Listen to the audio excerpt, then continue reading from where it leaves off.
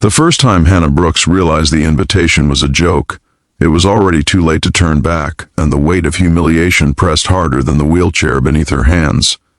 The restaurant lights glittered like judgment, and the laughter she could not yet hear but somehow felt was already waiting for her inside. They had told her it was a blind date, a chance encounter with someone important, someone kind, someone curious about her mind rather than her broken legs. What they had not told her was that the man was a billionaire CEO, and that the entire setup was meant to turn her hope into entertainment.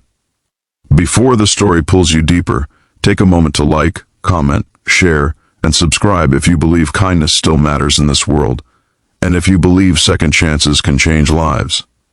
Hannah had lived her entire life in Ohio learning how to be invisible. After a car accident at 17 left her paralyzed from the waist down, sympathy turned into silence, and friendships thinned into polite smiles. She worked as a night librarian in a small town outside Columbus, memorizing shelves and stories because books never looked away from her chair. When her co-workers, led by a woman named Rebecca and two others, suggested setting her up on a blind date, Hannah hesitated. She had learned to fear hope, but they spoke gently, told her the man admired resilience, said he liked quiet people. For once, Hannah wanted to believe she could be chosen without pity. The man they chose was Michael Carter, the CEO of a rapidly growing tech firm headquartered in Chicago, Illinois. Michael was known across the Midwest as a sharp-minded millionaire who started from nothing, a man who slept little and worked constantly. What the office gossip did not mention was his own quiet grief, the younger sister he lost to illness, the charities he funded anonymously, the way he avoided dating because public attention turned everything into a performance. When Michael agreed to the blind date, he thought it would be ordinary, even grounding, a brief escape from boardrooms and numbers. The people who set it up saw something else. They saw a spectacle. They imagined Michael's reaction, the shock, the discomfort, the story they could whisper later about how the powerful man had been tricked.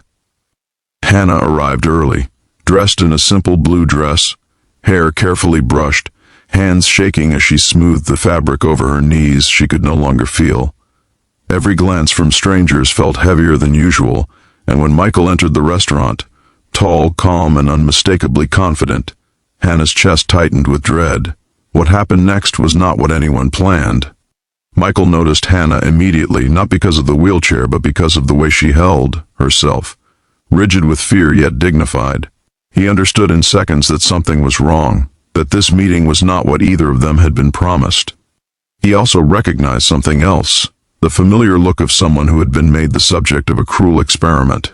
Instead of leaving, instead of confronting the staff or making a scene, Michael chose a different path. He sat down, ordered food, and gave Hannah his full attention, not out of obligation but intention.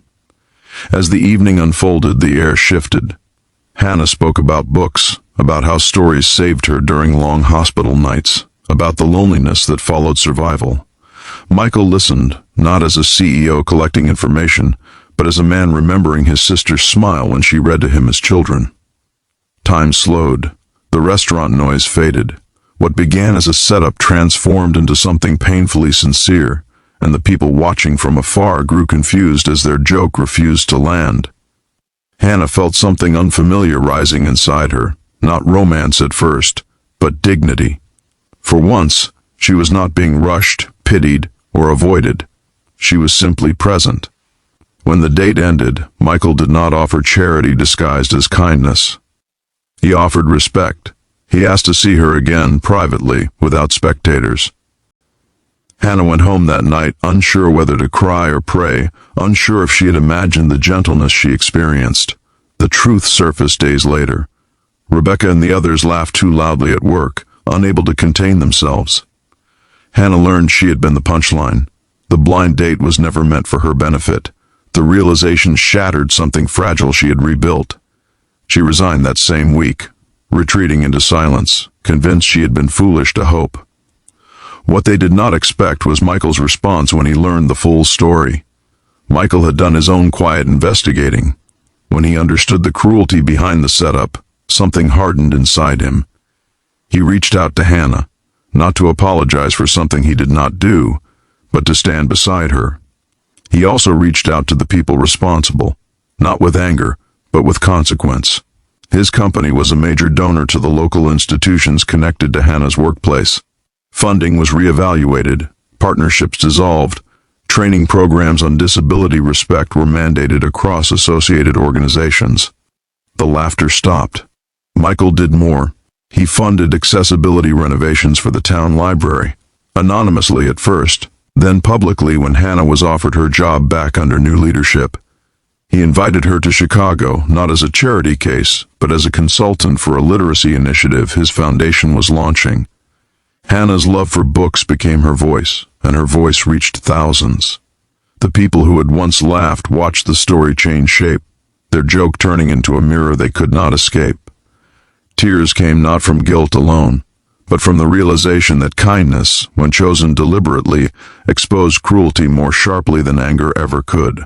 As Hannah and Michael's connection deepened, it remained grounded in shared values rather than fairy tale promises.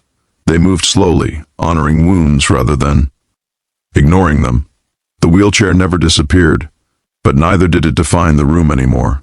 Hannah learned that being seen did not always mean being exposed.